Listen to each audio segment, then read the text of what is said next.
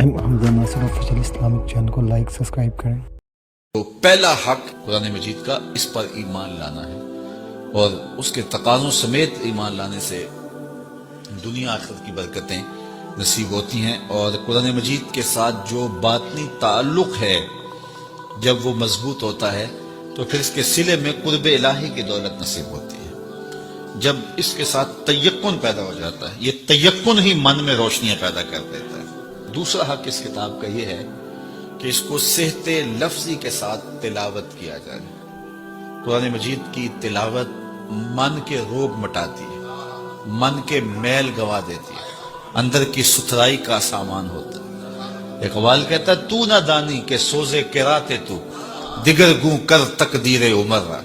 میری بہن تو نہیں جانتی، جب تو بہن ہو کے قرآن پڑھے تو عمر کی تقدیر بدلتی، اور جب تو ماں ہو کے قرآن پڑھے بیٹا نیزے کی نوک پہ قرآن سناتا ہے۔ تو یہ قرآن من میں سویرے، من میں روشنیاں اتارتا ہے۔ ادھر قرآن پڑھا جا رہا تھا، ادھر عمر کے دل کے میل دھل رہے تھے۔ تو تلاوت من کے روگ مٹاتی ہے، من کے میل دور کر دیتی ہے، اور تلاوت کرنے والا راحتوں کے ایک جہان میں آباد ہو جاتا ہے۔ اسی لیے میرے حضور نے فرمایا اتل القرآن وابکو، قرآن پڑھا کرو اور قرآن پڑھتے ہوئے رویا کرو۔ فَإِن لَمْ تَبْكُوا فَتَبَاكُوا، اور اگر رونا نہ آئے تو رونے کی کوشش کیا کرو۔ حضرت داتا صاحب سے پوچھا گیا حضرت اگر رونے کی کوشش کریں پھر بھی رونا نہ آئے، فرمایا پھر مقدر پہ رویا کرو۔ اتنے سنگ دل ہو گئے ہو تمہاری آنکھیں آنسوں کا خراج نہیں دیتی۔ تو اس قرآن کی تلاوت سے من ستھرا ہوتا ہے، من پاک ہوتا ہے۔ جب تک نہ ہو تیرے دل پہ نزول کتاب، گرا کشا ہے نہ غازی نہ کشاف۔ دل پہ جب اترے، جب یہ محسوس کرے، دیکھو حضور کی وساطت سے رب نے مخاطبہ کیا ہے۔ جب رب کہتا ہے یا ایھا الذین آمنوا، تو مخاطب کون ہوتے ہیں؟ ذرا غور تو کیجئے۔ میں ایک دن اعتکاف میں تھا، بڑی پرانی بات ہے، تو قرآن مجید کی تلاوت کر رہا تھا، تو لفظ آئے کہ نبّئ عبادی انی انا الغفور الرحیم۔ اس کا معنی یہ ہے کہ میرے بندوں کو خبر دے دو کہ میں غفور بھی ہوں، رحیم بھی ہوں۔ اللہ، یہ بات تو حضور کی وساطت سے ہمیں کہی گئی ہے۔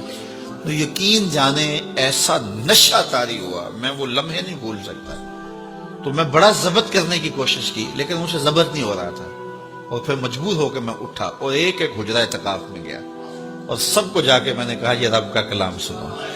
رب کہتا ہے میرے بندوں کو بتاؤ، خبر دو، میں غفور بھی ہوں، رحیم بھی ہوں۔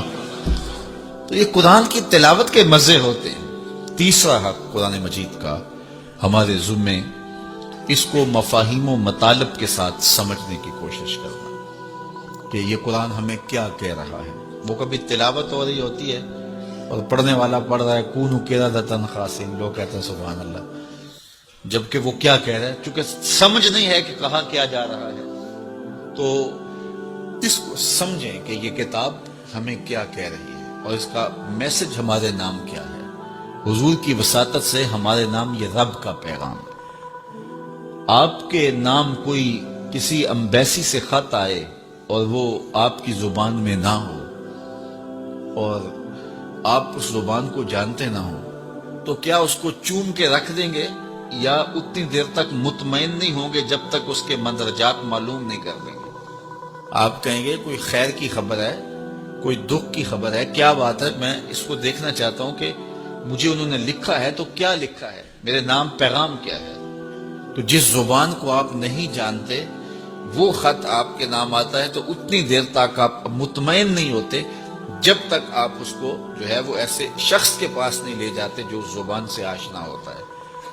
تو یہ رب کا خط ہے، حضور کی معرفت۔ تو یہ پڑھے نا ہمارے رب نے ہمیں کیا پیغام دیا ہے، اور پھر جب اس کی تلاوت کریں گے اور اس کے مفاہیم کو سمجھنے کی کوشش کریں گے تو یہ قرآن فیض دیتا ہے۔ یہ قرآن اپنے مخاطب کو، یہ تو خالی پڑھا جائے پھر بھی فیض دیتا ہے، بلکہ خالی پڑھا نہ جائے، دیکھا جائے پھر بھی فیض دیتا ہے۔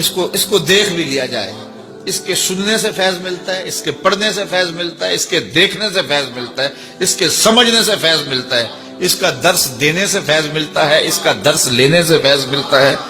یہ تو سراپا فیض ہے، یہ تو روشنیوں کا منبع و مصدر ہے۔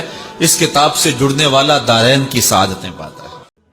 حمزہ ناصر آفیشل اسلامک چینل کو لائک سبسکرائب کریں۔